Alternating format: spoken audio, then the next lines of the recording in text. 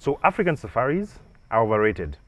Now, that may be a bit surprising coming from me, who has a whole channel dedicated to African safaris and coming to East Africa, but it's true. African safaris are overrated. When you watch National Geographic or Animal Planet, you see this gorgeous, beautiful, up-close images of lions, cheetahs going on the hunt, and you imagine in your mind that that's how, when you go on an African safari, that's how it's going to be. But unfortunately, it's not exactly that. The reason I'm making this video is to ensure that you do not fall into the trap of imagining that an African safari will be one thing and it's a completely different thing. So today, I'm going to be giving you the reality of what an African safari is and explain some of the areas where it's overrated and make sure that by the time you're coming, you have the expectations set right for you to come. So the thing about African safaris is that most of the time, you're going to be in open spaces, no internet, nothing connecting you to the outside world, and it's going to be just you, your driver, and the rest of your passengers, and nothing else, just out there in the wilderness. You will encounter animals once in a while. You may encounter one of the big cats, but that's usually going to be the highlight of your day. But most of your day is going to be spent driving around in the open wilderness, and that itself can be a bit of an unexpected thing, because you probably expected that the minute you arrive in a national park that you're going to find vast numbers of animals right at the gate, and that you're going to encounter the big cats within 5 minutes of entering the national park, within 5 minutes of your safari. But the thing is, that's not the way it usually is. You'll see one of the videos that I'll attach above, and that's of when we went to the Nairobi National Park, and I'll actually add another one for when we went to Lake Nakuru National Park. And most of the time during those trips, we were spending a lot of time looking for animals and viewing many of the same animals that we had seen initially. So the first time, especially when we went to Lake Nakuru National Park, we encountered some antelopes. And we were really excited, yay, antelopes. A few minutes later, more antelopes, no difference. Then a few minutes later, yes, we saw a buffalo. That was actually a really good highlight.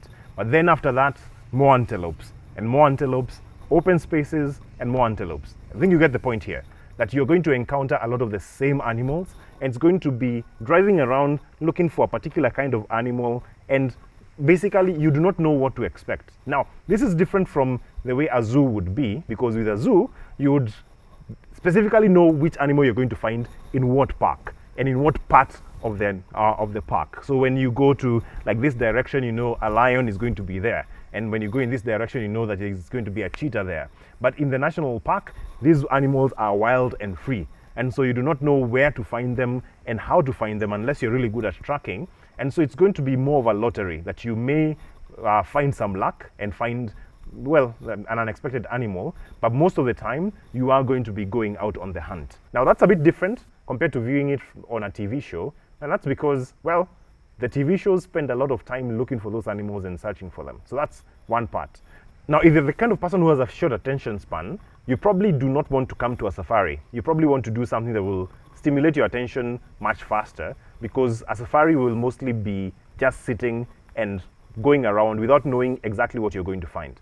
Again, there's a lot of adventure in that, but it does grow a bit old on you, especially if you're going to be on a long safari. So my advice to you would be, if you have a short attention span, if you are going to come on safari, then come and do like a 2-day safari and mix it up with something like the beach or something like that, but do not arrange for like a 5-day, 7-day safari, because you most likely are going to get bored by the first day.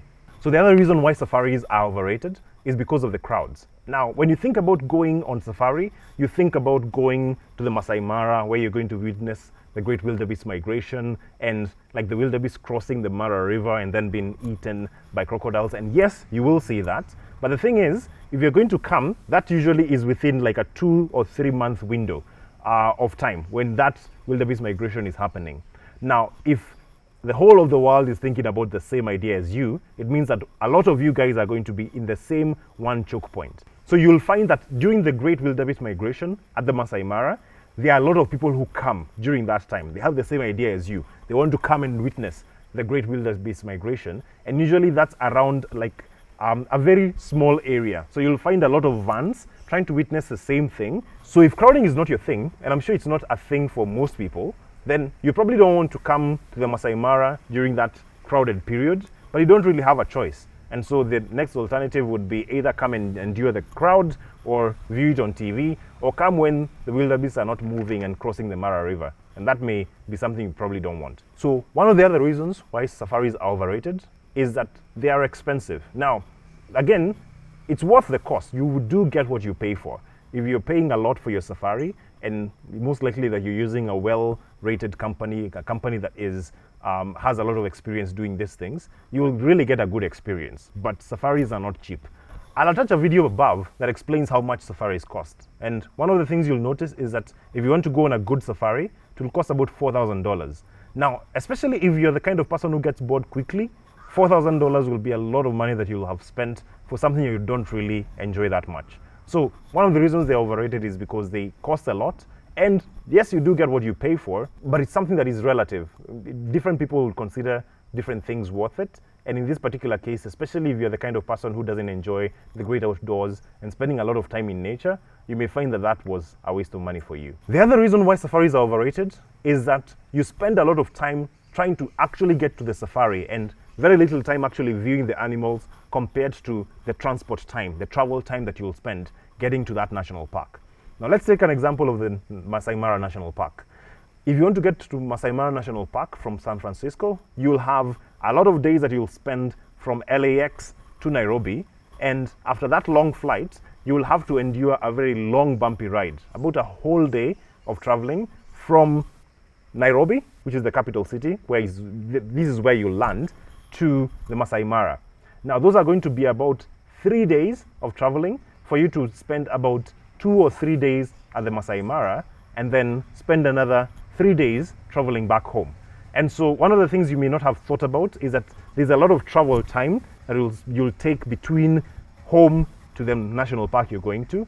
And if you're the kind of person who does not enjoy long distance travel, this may be something that you may not really enjoy. And that's one of the things that you probably want to consider before choosing that you're going to go on safari. There are ways in which you can be able to reduce that travel time by, for instance, if you arrive in Nairobi, you could take a flight from Nairobi to the Masai Mara. That will be about 45 minutes, but you will have to pay a lot more if you're going to try and shortcut that long travel distance. And so one of the things you need to think about really hard before coming is that it will take a long time for you to get there, and if you want to make it shorter, it will cost you more. So if you're the kind of person who you're not sure whether you're really going to enjoy this safari, you probably want to think twice before paying for that ticket. Obviously, safaris are not for everybody, especially if you have very young children. You probably don't want to bring them along because they probably fall in the category of the people who are going to get bored really quickly.